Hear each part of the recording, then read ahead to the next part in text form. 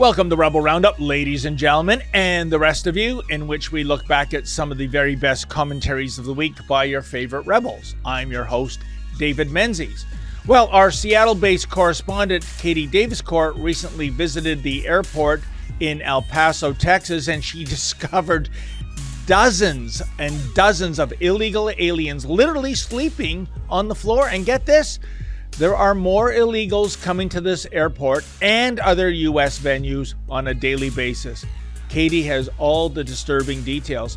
And Tamara Ugolini will be joining me to weigh in on what might very well be the latest COVID-19 scandal, which is to say various health necromancers are advising that COVID vax boosters can be given concurrently or co-administered with other vaccines like the flu shot or standard childhood routine vaccines.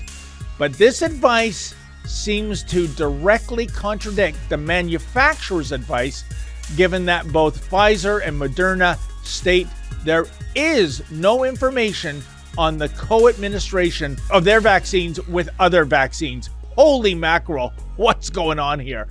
And letters, we get your letters every minute of every day, and you had plenty to say about my recent appearance on Tucker Carlson Tonight, in which we discussed the ongoing sordid saga pertaining to Busty Lemieux. Yeah, he's that shop teacher with those enormous Z-cup fake breasts. And get this, evidence is mounting that this dude might just be a sexual pervert. Not that the Halton District School Board gives a rodent's rectum, mind you. Those are your rebels. Now let's round them up. This free episode of Rebel Roundup is brought to you by my mug. I know, it's pretty cool. So is this hoodie I got on, and you could have it on too if you check out our special website at rebelnewsstore.com. That's where you can see Freedom Focus hoodies that we have for you, beanies, cell phone cases, you name it, all while supporting our journalism, where we fight to bring you the other side of the story, as opposed to, being forced by the Trudeau government to fund leftist media out of your taxes. The truth is, without you and your generosity, there is no Rebel News. So again, if you like the reports that we bring you and that we also fight for freedoms in Canada, please consider doing some shopping, picking up some swag at rebelnewsstore.com. We appreciate your support.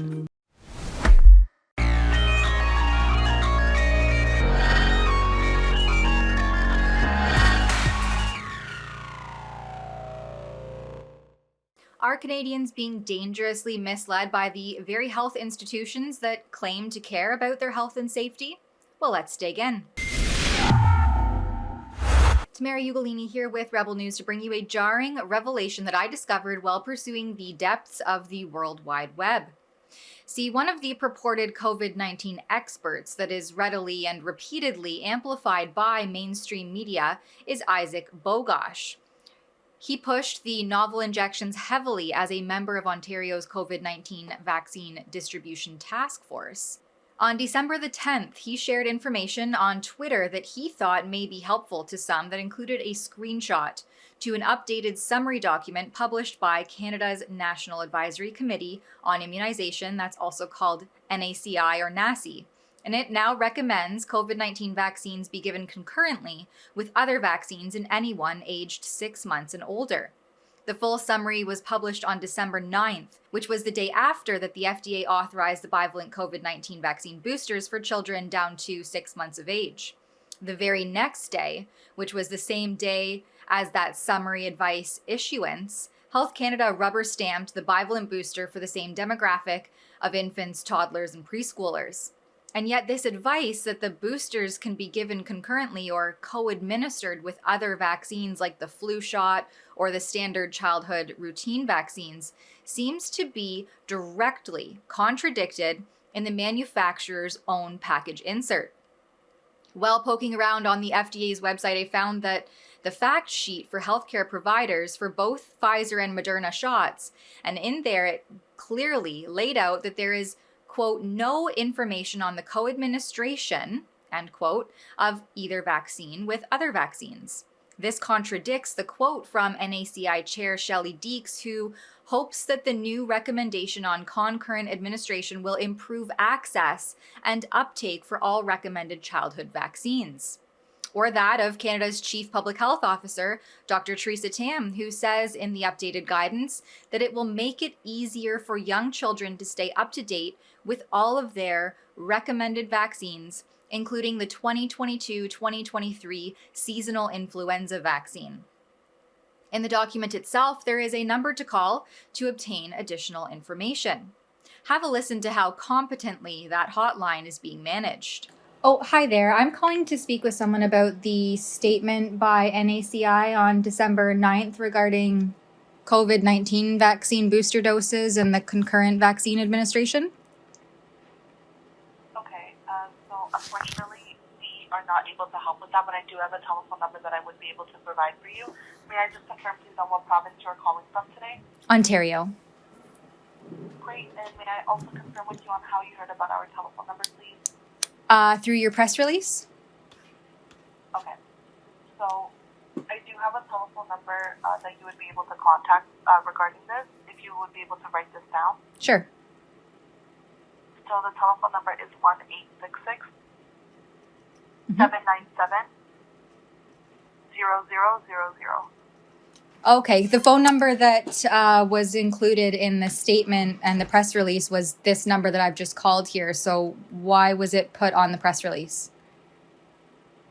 So we are just a general information line for coronavirus. So anything that has to deal with the province giving out any type of booster doses, that we are not able to help with that. We just provide information about COVID-19. That's all we do. Oh, it says it's the Public Health Agency of Canada. Is that who this is? No, so unfortunately we are not public health. We are just the general information line. Okay, and this number that you've given me, is that for the Public Health Agency of Canada?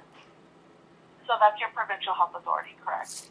So can I get a direct line to the Public Health Agency of Canada, because they're who released this statement? So unfortunately we don't have a telephone number for public health. The telephone number that I provided for you might be able to help you get closer to public health in regards of this. Okay, or is there any way to reach the National Advisory Committee on Immunization, NACI? That's who seems to be, this press release is done in conjunction with NACI and Public Health Agency of Canada. And again, this is the number on the press release to call for more information, but I understand. you can't give me more information? So, in regards of any type of vaccines distributed in Canada, what I can possibly provide is just the website link. We don't have a specific telephone number in regards of this. Even though the press release says that you do. So, they might have said that public health. Unfortunately, we do get confused a lot with public health, but we are not. We are just a general information line. In regards of vaccines distributed in Canada, the most information that we have in regards of that is just an email. My apologies, not an email address, a website link that we have. Oh, I see. Okay, well, thanks so much for your help. Well, they wanted to provide me with just a website link, which I was unable to tangibly reach or speak to anyone to get my answers. Wow, talk about transparency. A press release states that if you need more info, then kindly call a phone number that directs you to the female equivalent of Sergeant Schultz, i.e., I know nothing, I see nothing. But the crux of the matter is this. A purported COVID-19 expert recently shared advice suggesting COVID-19 vaccines can be given concurrently alongside other vaccines in anyone 6 months of age and older. The very next day, which was the same day as that summary issuance, Health Canada rubber-stamped the bivalent booster for the same demographic of infants, toddlers, and preschoolers. Yet the advice that the boosters can be given concurrently or co-administered with other vaccines like the flu shot or standard childhood routine vaccines seems to directly contradict the manufacturer's own advice. Both the Pfizer and Moderna fact sheet for healthcare providers clearly lays out that there is no information on the co-administration of either vaccine with other vaccines. That's a little concerning, wouldn't you say? And clearly phoning the authorities for answers, well, that's tantamount to engaging in a fool's errand, isn't it? Absolutely incredible. Joining me now with more on this latest edition of COVID craziness is Tamara Ugolini. How you doing there, Tamara? Hey, David. Well, I am becoming increasingly concerned as a Canadian with the distrust, unfortunately, that's being further facilitated within these institutions that are supposed to uphold our health and safety. So I'm doing well, but I am a very concerned Canadian and a very concerned parent as this advice continues down this really slippery slope of dangerous precedents of not establishing safety before we roll something so novel and experimental out on the general population, especially our young, impressionable children who have, a lifetime ahead of them of hopefully health and happiness. And Tamara, when it comes to Canadian parents, I mean, I look at this story that you've done. Great job, by the way. Lots of mixed messaging here. What are parents supposed to believe? I mean, it's very confusing. And when you phone for clarity, and man, I know 2022 has a few days yet to go, but that might be the phone call of the year. It was like a Monty Python sketch. But again, what are parents supposed to believe given all this contrary information? Mm-hmm. It's really sad because I think unless parents empower themselves with information and knowledge, they're going to just follow the status quo. And the status quo here seems to be just following these top-down orders from these health institutions that, again, we're supposed to be able to trust and are supposed to be upholding health and safety, and seem to just have this callous, reckless disregard for true informed consent. And at least here in Ontario, the issue that really plagues me is that when Health Canada and NACI, so the National Immunization Advisory Committee, the National Advisory Committee on Immunization, NACI or NACI, gives these recommendations. These are, like I mentioned, top-down orders coming from health institutions and what we would consider, for lack of a better word, is our health authorities. And the provinces and everyone from there on down the health pyramid just sort of blindly follows along unquestioningly. And as we've seen throughout the COVID narrative specifically, if you so much as question or become skeptical of these orders and things placed on you, or research further or look simply at the product monograph, for instance, you're framed as some sort of conspiracy theorist who fuels vaccine hesitancy. And so doctors and all these medical professionals who have spoken out have been reprimanded and in many cases stripped of their licenses and punished and ridiculed and smeared in their communities. And so it really shows others that you don't want to speak out against the narrative here, because this is how you'll be treated. This is what will happen to you. And so it's very dangerous and callous, in my opinion, that these health authorities and health institutions are putting out these broad recommendations based on no science, based on no data, and we're all expected to follow along. And if you don't, then you're a conspiracy theorist with procreating and provoking vaccine hesitancy. It's grotesque. It is, Tamara, and yet nothing could be further from the truth. I agree. The COVID Karens, as I call them, they're going to look at your report and they go, oh, look at this. There goes Rebel News again, stirring the pot. They're deniers. They're COVIDiots. But no, the reason why we love you here, Tamara, is you do your research. And I mean, I'm looking at it right now. You pointed out on Pfizer's package insert, it clearly states on page 53, no interaction studies have been performed. And then you look at Moderna's package insert, page 29. No interaction studies have been performed. So there you have it. It's in black and white. It's from the makers of these vaccines. So you've done your homework. So why are those in power giving a different narrative? Did they just assume that nobody like you, Tamara, would do the research? And of course, the mainstream media, they're in the bloody tank, aren't they? They're not going to blow the whistle on this. So was that their fatal assumption that this information would never get out?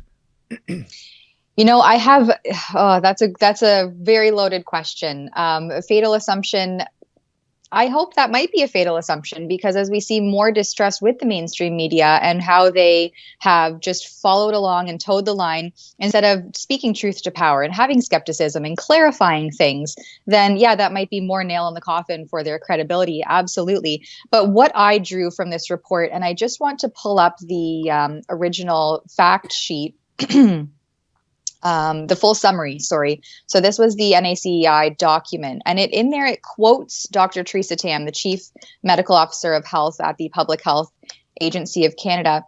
And it also quotes the NACEI Chair, Shelley Deeks. And both of the quotes from them lead me to believe that this advice is given, pardon me, in order to increase vaccine uptake in general. So not just the COVID vaccines, but as we've seen throughout the COVID narrative and the way that the healthcare system has unfolded and the restrictions put in place, that childhood immunizations, just as a rule of thumb, the routine ones that children get from 0 to 18 months and onward, have been in drastic decline. And I think they're really trying to ramp up getting that schedule back in action and back on schedule. And so they've put out this reckless, dangerous advice, again, based on no data and no science to support that this is safe effective, but safe first and foremost. And it seems to be being done in such a way as to support and increase a return to that vaccine schedule in the pre-COVID era. And yet, Tamara, you raise a good point. We've been told from the get-go by the usual suspects, follow the science, be it social distancing, being the wearing of face diapers, being it getting vaccinated and getting your boosters. But where's the science here? It doesn't exist. Yeah, and that's evidenced further by the way that Health Canada responded to me. So yeah, I'd had to jump through all these bureaucratic hoops first and foremost to even get someone that could remotely answer my questions, which no one on these phone lines seems able or competent enough to be able to do so. They're like generic COVID lines, which leads me to wonder, once again, how much are we paying these people to sit on the end of a phone line to answer general COVID questions? And when you call about them, they have no idea what you're talking about, and they don't have any idea what the manufacturer themselves say. I mean, they're just parrots, and parrots for what? I mean, it's the narrative, it's the status quo.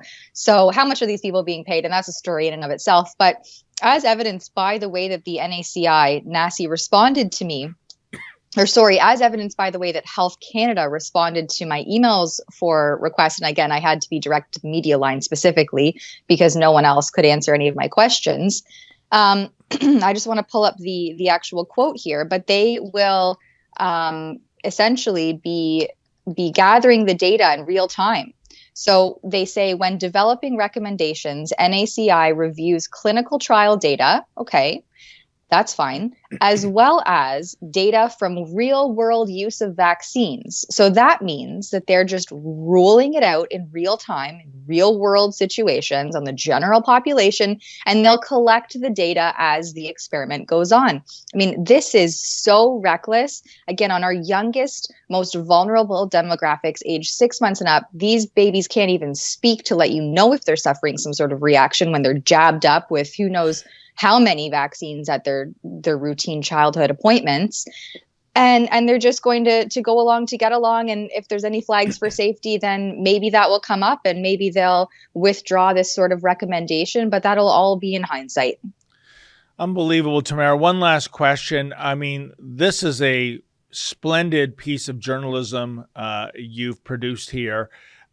You've really uncovered a hell of a story here.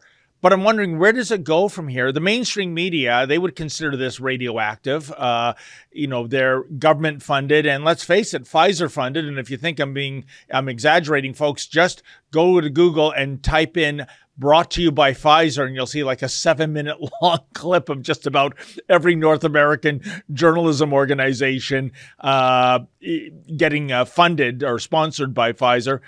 And of course, it's probably too toxic for YouTube.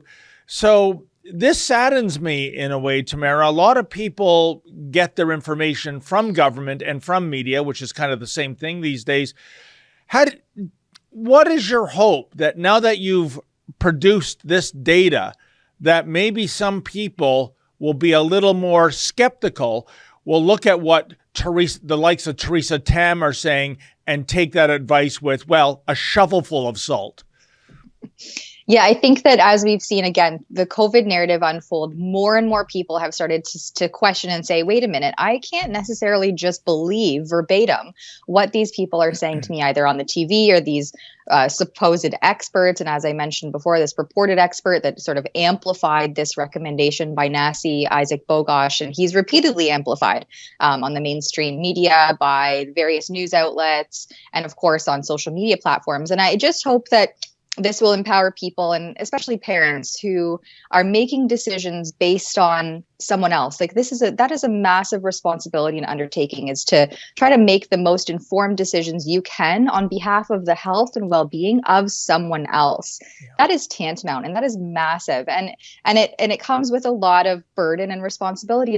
And so I hope the takeaway from a report like this, although it's not being amplified by any of the mainstream media or any of these government officials who are giving this reckless, dangerous advice, is just to request the package insert.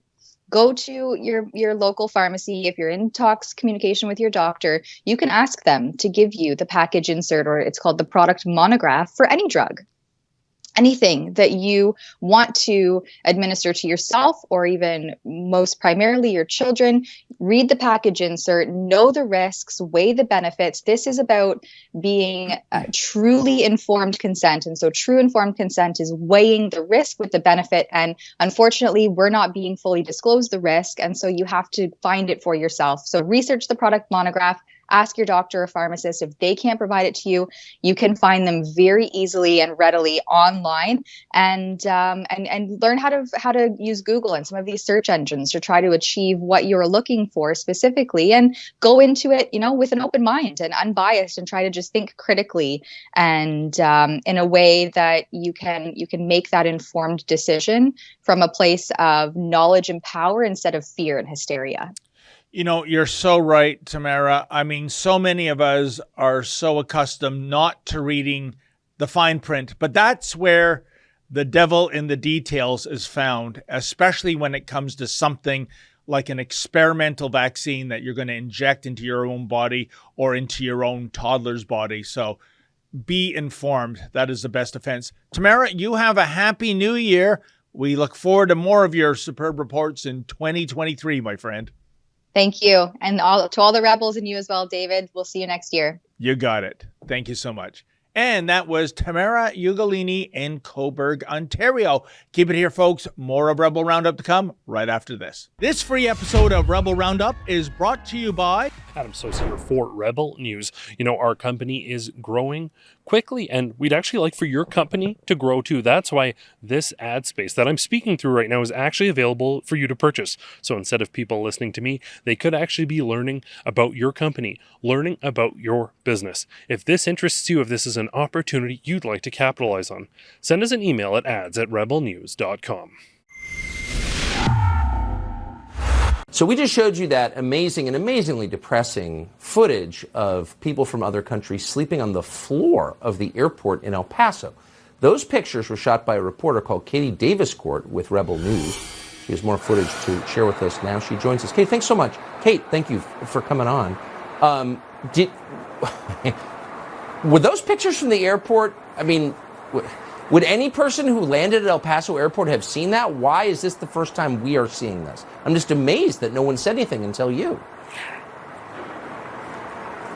Right, Tucker, thank you so much for having me on. Now, I will tell you right now that it's not going to make much of a difference if Title 42 is halted or not. There is a clear invasion happening in El Paso, even with Title 42 in place, and it is shocking. I hopped off the plane at the El Paso airport, made my way to baggage claim, and that's when I noticed more than 100 illegal immigrants sleeping on the ground with Red Cross blankets. Now, the facilities here in El Paso, they're all at max capacity. They cannot hold any more people, and so they are letting them out onto the streets, sleeping in freezing conditions with their babies, whole families. This is a humanitarian crisis.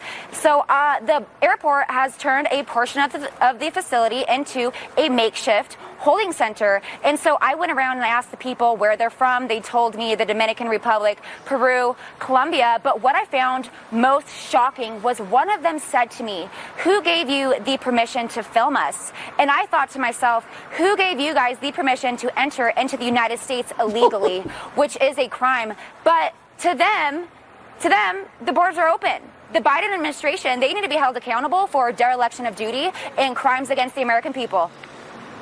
And where's NBC News and the New York Times and the Washington Post? Why is it left to a Canadian news site to bring this information to Americans? I don't understand. I don't want to use the word cover up, but I don't know another word to describe what we're seeing. And I'm grateful to you for showing us what's actually happening. Thank you. Katie Daviscourt. Well, folks, imagine visiting an airport and finding dozens and dozens and dozens of people literally sitting on the floor, maybe even sleeping on the floor. And the reason they are occupying the airport has nothing to do with a severe weather event, but rather these folks are illegal aliens who hail from south of the U.S. border. That's what's going on in El Paso, Texas these days, as you just saw. And thankfully, Katie Daviscourt ventured down to the Lone Star State to capture this situation on video because, as Tucker Carlson mentioned, it looks like the mainstream media in the U.S. simply cannot be bothered to report on this shocking story. And joining me now is Katie Daviscourt back home in Seattle, Washington. Hey, how you doing there, Katie? Doing great. I'm actually not in Seattle. I'm still in El Paso. Texas. I am heading home tonight. But you are absolutely right. This is the biggest story in America right now, but also the most unreported story. And it is a shame because there is an invasion happening right before our eyes. Wow, what a jet setter you are. I shouldn't have assumed you were back home. There's too many stories to cover. But, Katie, that footage was amazing. And one of the reasons we are witnessing such a surge in illegal aliens crossing the border is that Title 42 recently expired. Yes. For starters, Katie, can you explain to our viewers what exactly is or was Title 42? Right. So Title 42 is a Trump era policy that gave authorities permission to expel illegal immigrants if they had COVID. But that policy has remained in place because the migrant crisis is so bad that they ended up keeping it in place. But the Biden administration says there's no need to have Title 42 anymore because get this, there's no need to have Title 42 because there's no longer a pandemic. So the illegal immigrants that have COVID now get to stay. But we found out, so the Supreme Court actually halted Title 42 from being expired on Tuesday evening. So they're just waiting. And after Christmas, they're going to decide again if it actually does get expired. But we have a pretty significant report coming out that we filmed last night. We went to a COVID migrant hotel and we got the worker admitting to us that they are having illegal immigrants with COVID at their hotels and then releasing them back into the public when Title 42 is still in place and they should be deported. Unbelievable. But, Katie, here's where I weigh in. I think the pandemic is irrelevant. I think the bare benchmark of a nation justifying itself as a nation is border security. If you can't prevent non-citizens from coming into your country, well, you're really not much of a country to begin with. And we see it here in Canada too, the infamous Roxham Road where the Royal Canadian Mounted Police turned into bellhops to actually help the illegals cross with their luggage. Here's what I want to get you to weigh in on. The unspoken strategy, I feel, Katie, is that whether it's the Democrats in the U.S. or the Liberals here in Canada, it's getting people into the country illegally. And basically the quid pro quo is, hey, every 4 years, vote Democrat, vote Liberal. That's all we're asking of you. It's all about changing the demographics of our nation. Is that too outrageous, or how do you feel, Katie?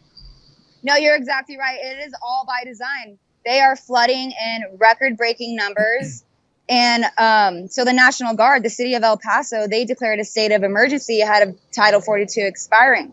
And so they have been out on the border between Ciudad Juarez, Mexico, and El Paso, Texas, the last 2 days. And they're at an area where all of the illegal immigrants by the thousands gather. It is their spot that they gather and come into the U.S. But their show of force has prevented them from lining up. And there has been a video out showing National Guard members directing them to go 1 mile down the border, where Border Patrol will then pick them up and have them enter into the United States illegally, where they are then let back out on the streets of El Paso. But just in the city of El Paso alone, there has been more than 80,000 illegal immigrants released into the street since late August. That is just a little over 3 months. And 7 million have entered into the U.S. since President Biden took office. They have no plans to stop this because it could be easily stopped if they actually had enforcement. And Katie, I find this outrageous because at the crux of the matter is, who are these people? We don't know if they're criminals, if they're terrorists, if they're carrying any kind of communicable disease. It's like on face value, oh, these are just people that don't want to get in line. And who are we to say not get in line? Come on in. I mean, this is an outrageous dereliction of duty, I think, Katie. You're absolutely right. And what is the most heartbreaking is only 30% of the children that you see crossing illegally into the United States are with their birth families. 70% are being trafficked and actually go missing and unaccounted for. Nobody knows where they are. And you will love this fun fact that I found out yesterday. Transgender illegal immigrants get put in the front of the line before women and babies. So if you are a transgender illegal immigrant, you are the most protected class. Oh my goodness. I wonder if Busty Lemieux knows in case he wants to fast track an immigration process to the U.S. Although that's a funny kind of thing though, isn't it, Katie? The border in terms of Canadians, if they want to come into the U.S. illegally, it's a different kettle of fish. It's always the lion's share of the illegal immigration is south to north. In other words, Mexico, Central America, South America, going into the United States. It's just unbelievable. And by the way, it is so important to be on the ground to document this, Katie, because super producer Efren and I, we went down to Mexico in 2018. Remember the mass caravan that was on its way to the U.S.? And it was being reported here by our state-sponsored stenographer agency, CBC, that 50% of the migrants were children. Katie, I can tell you the number was actually less than 1%. So you can't trust the mainstream media, but in this case, they're just taking a pass on this. What do you think the reason is for that? I think that they're just complicit with the government. All of our mainstream media here, besides, Fox News, is a far left propaganda machine. And that's why you will see, I've seen CNN here, but they're just outside their hotels. They're not going to the border. They're not getting the actual shots. They're not telling the truth. And that's why it's so important to have independent journalists on the ground who can actually provide coverage. I mean, why do you think we're on Fox? Fox is using our footage because we're the only ones reporting the truth here in El Paso. And it's also worth mentioning that Ciudad Juarez, Mexico, is one of the top 5 murder capitals of the world. So what we're doing is not. You have to be very careful because you can get yourself into a dangerous situation pretty quickly. But I know some pretty good other independent journalists on the ground as well who have taken us onto deep tours of the tunnels where the cartels are hanging out. And we have each other's backs here, but the mainstream media, where are they? This is a humanitarian crisis where women and children are being human trafficked at record-breaking numbers into the United States. It should be the biggest story in the world.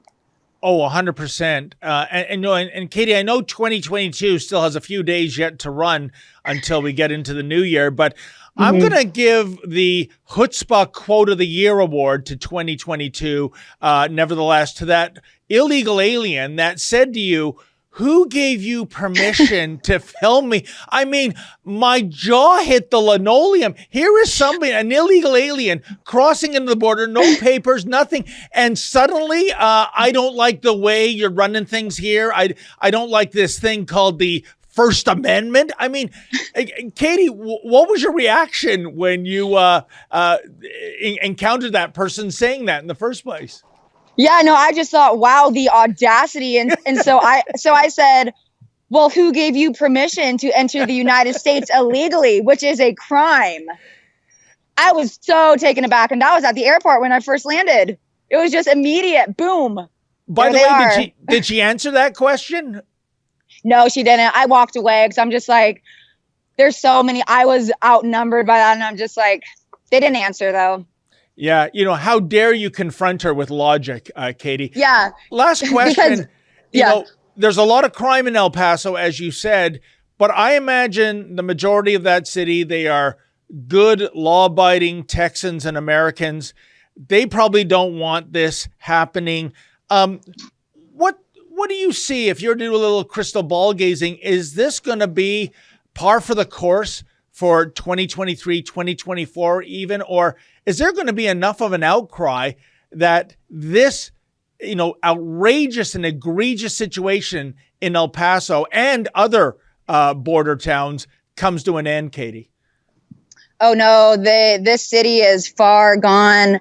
I think that if the citizens here actually start speaking out, the problem is that mainstream media doesn't give them that outlet. So that's why it's important for me to come back to places like this and all along the U.S. southern border to actually speak with the people.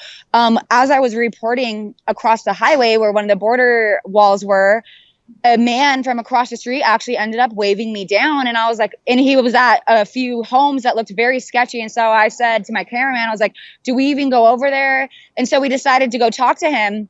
And it is such a travesty what we were told. His name is Joaquin, and the illegal immigrants are using his personal homes as stash houses across the highway. And the city is now fining him for all the trash that they have left. They have broken the windows. There's clothing everywhere. His homes, he has 3 of them. They're absolutely desecrated. And the city has the audacity to fine him for their own failures. So the people that live here, a lot of them are awake to the issues. Actually, at the hotel I'm staying at right now, illegal immigrants are staying here, and the workers are actually telling me about how they don't want them staying in their hotels, but they're forced to by the city. And so we got to keep giving them voices, but it is such a Hispanic part of town that a lot of the people are kind of complicit and want think that having all the illegals here aren't an issue. So it's pretty divided, and I guess we're going to see what happens because the city is very far gone. Wow. How sad to hear. And I'll tell you, Katie, after that anecdote, if I'm Joaquin, I think what I'm doing is I'm going to throw a dress on, self-identify as an illegal transgender border crosser. And instead of being fined, he'll probably get the key to the city. Wonderful piece of journalism. You're really hitting it out of the ballpark. Look forward to seeing more reports from you in 2023. I wish you a very happy new year, my friend. Thanks, David. You too. You got it. And that was Katie Daviscourt in El Paso, Texas. Keep it here, folks. More of Rebel Roundup to come right after this. This free episode of Rebel Roundup is brought to you by My mug? I know. It's pretty cool. So is this hoodie I got on, and you could have it on too if you check out our special website at rebelnewsstore.com. That's where you can see Freedom Focus hoodies that we have for you, beanies, cell phone cases, you name it, all while supporting our journalism where we fight to bring you the other side of the story, as opposed to, being forced by the Trudeau government to fund leftist media out of your taxes. The truth is, without you and your generosity, there is no Rebel News. So again, if you like the reports that we bring you and that we also fight for freedoms in Canada, please consider doing some shopping, picking up some swag at rebelnewsstore.com. We appreciate your support. You remember, of course, the Canadian shop teacher who decided to pull his entire classroom into his sexual fetishes, the guy who showed up wearing grotesquely oversized prosthetic breasts in the class. Now, the local school board in Ontario, the Halton District School Board, is defending the teacher. Of course, they're attacking the kids, banning the students from taking pictures of him. And one of the few Canadian journalists who's covering this and has from the beginning is a man called David Menzies with Rebel News. To highlight the absurdity of all of this, Menzies just dropped off a petition to the school board dressed in the same fetish gear as the teacher. The saying goes, if you can't beat 'em, join 'em. So let's do the Linda Carter thing and see if the Menzoid can transition himself.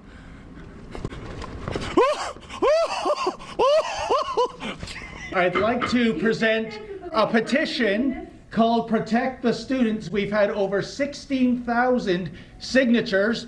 It reads, the Halton District School Board and the Director of Education, Curtis Innes, should be fired for allowing a female identifying shop teacher to wear enormous fake breasts that are barely contained by see-through blouses while teaching. The guy with the gun shows up because he's saying things they don't like. It really has become a police state in Canada. That's not an overstatement. David Menzies is the reporter we just mentioned with Rebel News in Canada. He joins us tonight. David, thanks so much for coming on. It didn't seem like they got the joke when they sent the cop over to you. Like they didn't think it was funny? Oh, no, indeed, Tucker, and a pleasure to be with you. Thank you so much for having me. This is the thing about the uber woke Halton District School Board, Tucker, is that they're all down with radical transgenderism, including a teacher who dresses up as a grotesque caricature of a woman as if he's a drag queen, but only for the kids in shop class to see that, not when it comes to their school board meeting. So when I came there, what happened after that is we received a letter, and Tucker, for asking insensitive questions, I am banned for life at the Halton District School Board head office, all of its properties and all of its schools. I will be immediately arrested with trespass. They've said that in writing, so you're absolutely right. Canada is devolving into a police state with every passing week, my friend. So it's okay to wag the prosthetic breast in the face of children in your classroom, but it's not okay to show up wearing them to a school board meeting. Did they explain why? Oh, no, they don't explain. They don't communicate. They know better. And the fact of the matter is, Tucker, as I've said from day one, there is 3 theories as to what is going on with this teacher, Lemieux. We call him Busty Lemieux. It sounds like a vaudeville performer from way back when. But these are the theories. One is this is a genuine transition. I put that right in the paper shredder right away, Tucker, because if you're a member of the trans community, if you're a man going female or female going male, you want to blend in with the other sex. You don't want to stand out. You don't want to look like, as I said before, a drag queen performer, a grotesque caricature of a woman. So that leaves us with 2 theories, Tucker. One, and there's a lot of social media chatter about this, is that he's basically taking the piss out of the Halton District School Board. He is punking them. He is saying, okay, you're so down with wokeism, how's this for you? In which case he might be a bit of a hero. The other theory, Tucker, and this is the one I'm leaning to more and more as I get more and more evidence, is that this is someone who suffers from a condition called autogenophilia.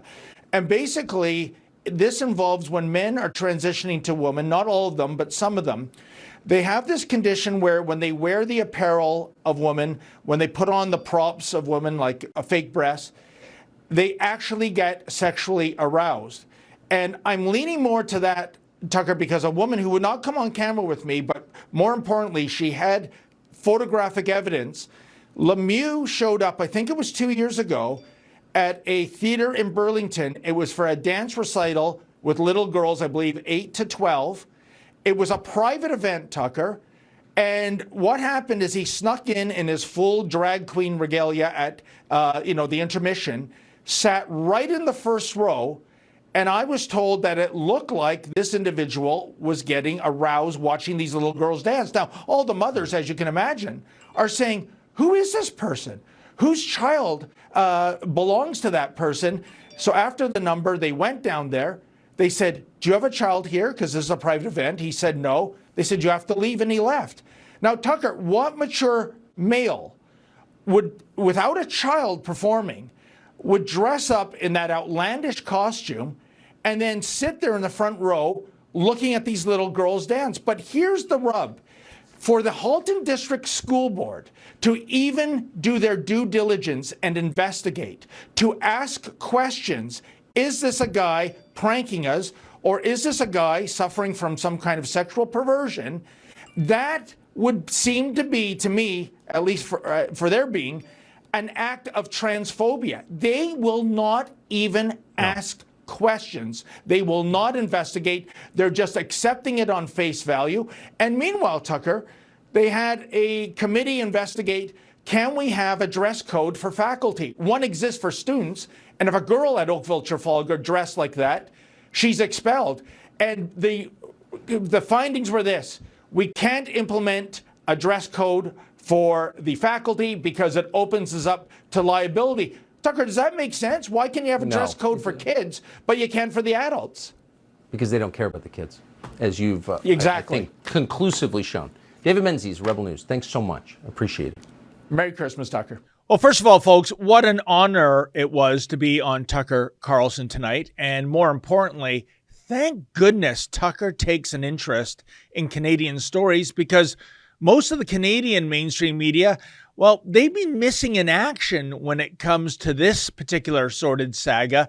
I guess our government-funded woke stenographers are all down with the radical transgender revolution, even if it adversely affects minors.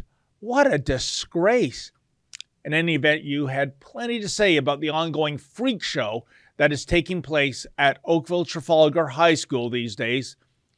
In-home trainer Oakville writes, one of my clients is a young student who goes to the high school where this obscenity teaches. He told me some of his friends were taking photos of this idiot and he was getting all upset. Seriously, anyone who dresses that way is obviously looking for attention.